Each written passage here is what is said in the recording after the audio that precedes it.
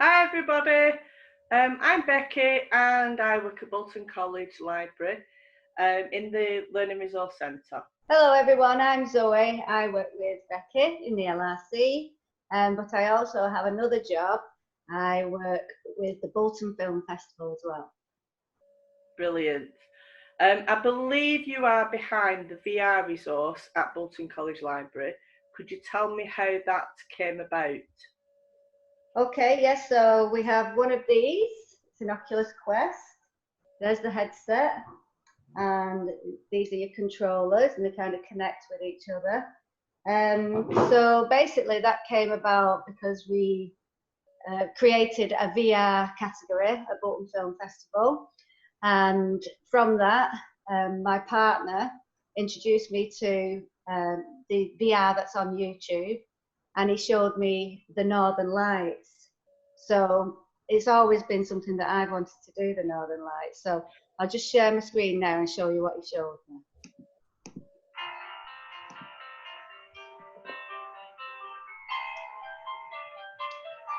Which I know it's not the real thing, but it kind of brought a tear to my eye. And you can scan around like that because it's 360, so you can imagine when you're on it, on the VR, it's quite cool because it kind of like puts you there.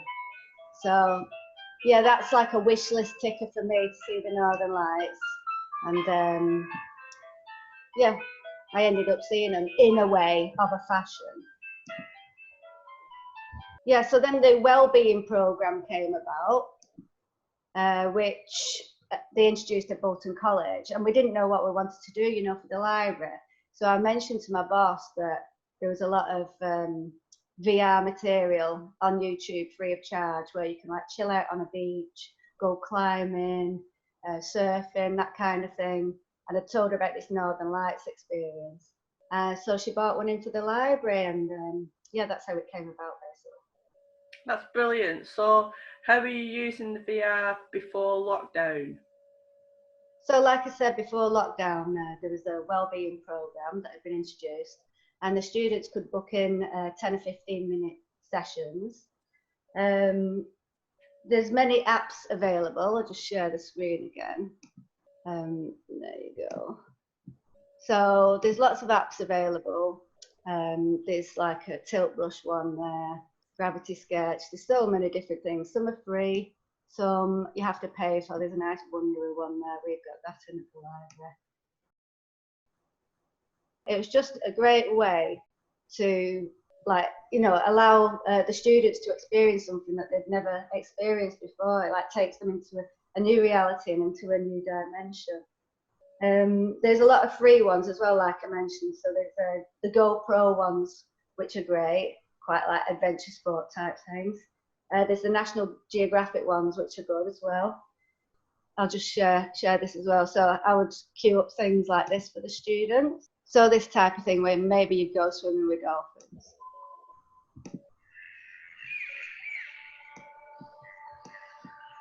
And again, you can scan around, so you can imagine when you're on the headset how great that is, because it's all around you and it's fully immersive.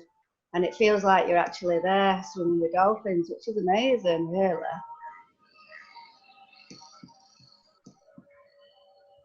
Another thing that they liked to do was, I mentioned before, was the tilt brush.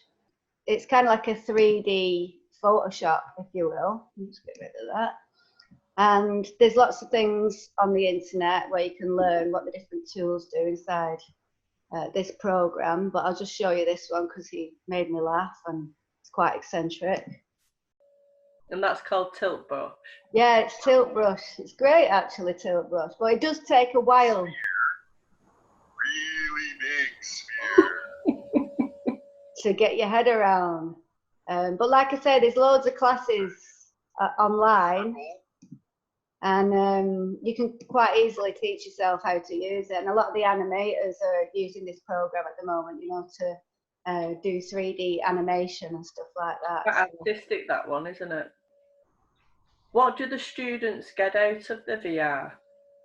I guess they just get a new experience, really. You know, a different type of reality. So this is Joshua. He's a student governor. and he's having a go on Tilt Rush when we had our Equality, Diversity, Inclusion Festival.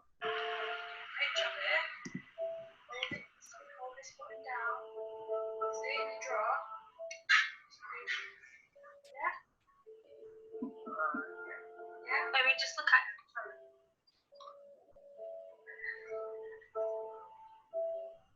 Thank you.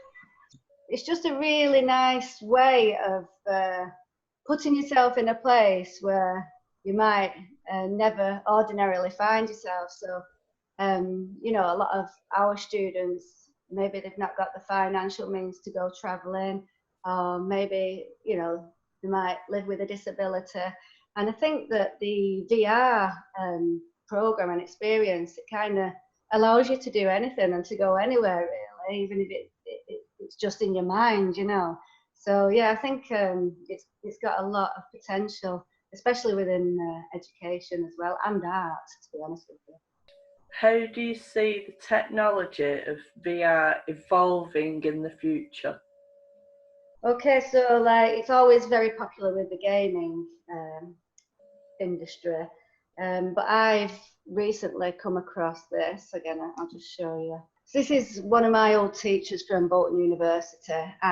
He taught me documentary photography, journalism, travel photography, that kind of thing. He now lives in Hong Kong, and he recently used VR to document a news story.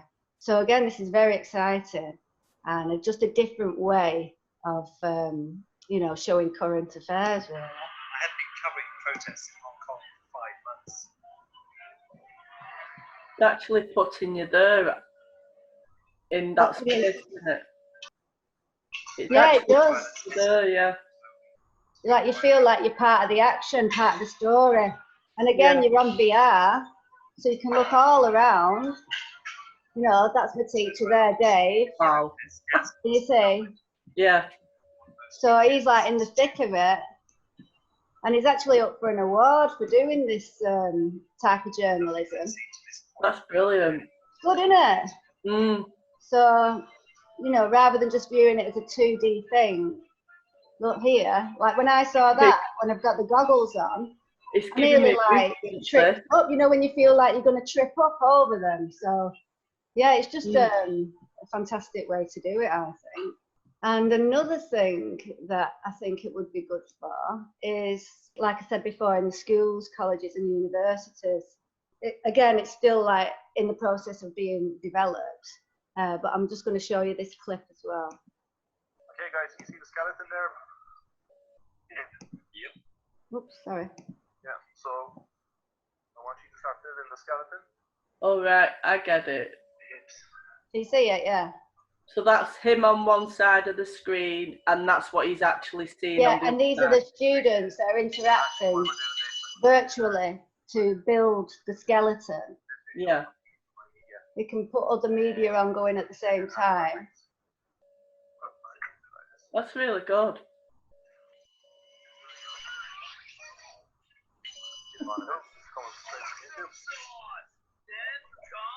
Okay, guys, I think we did it.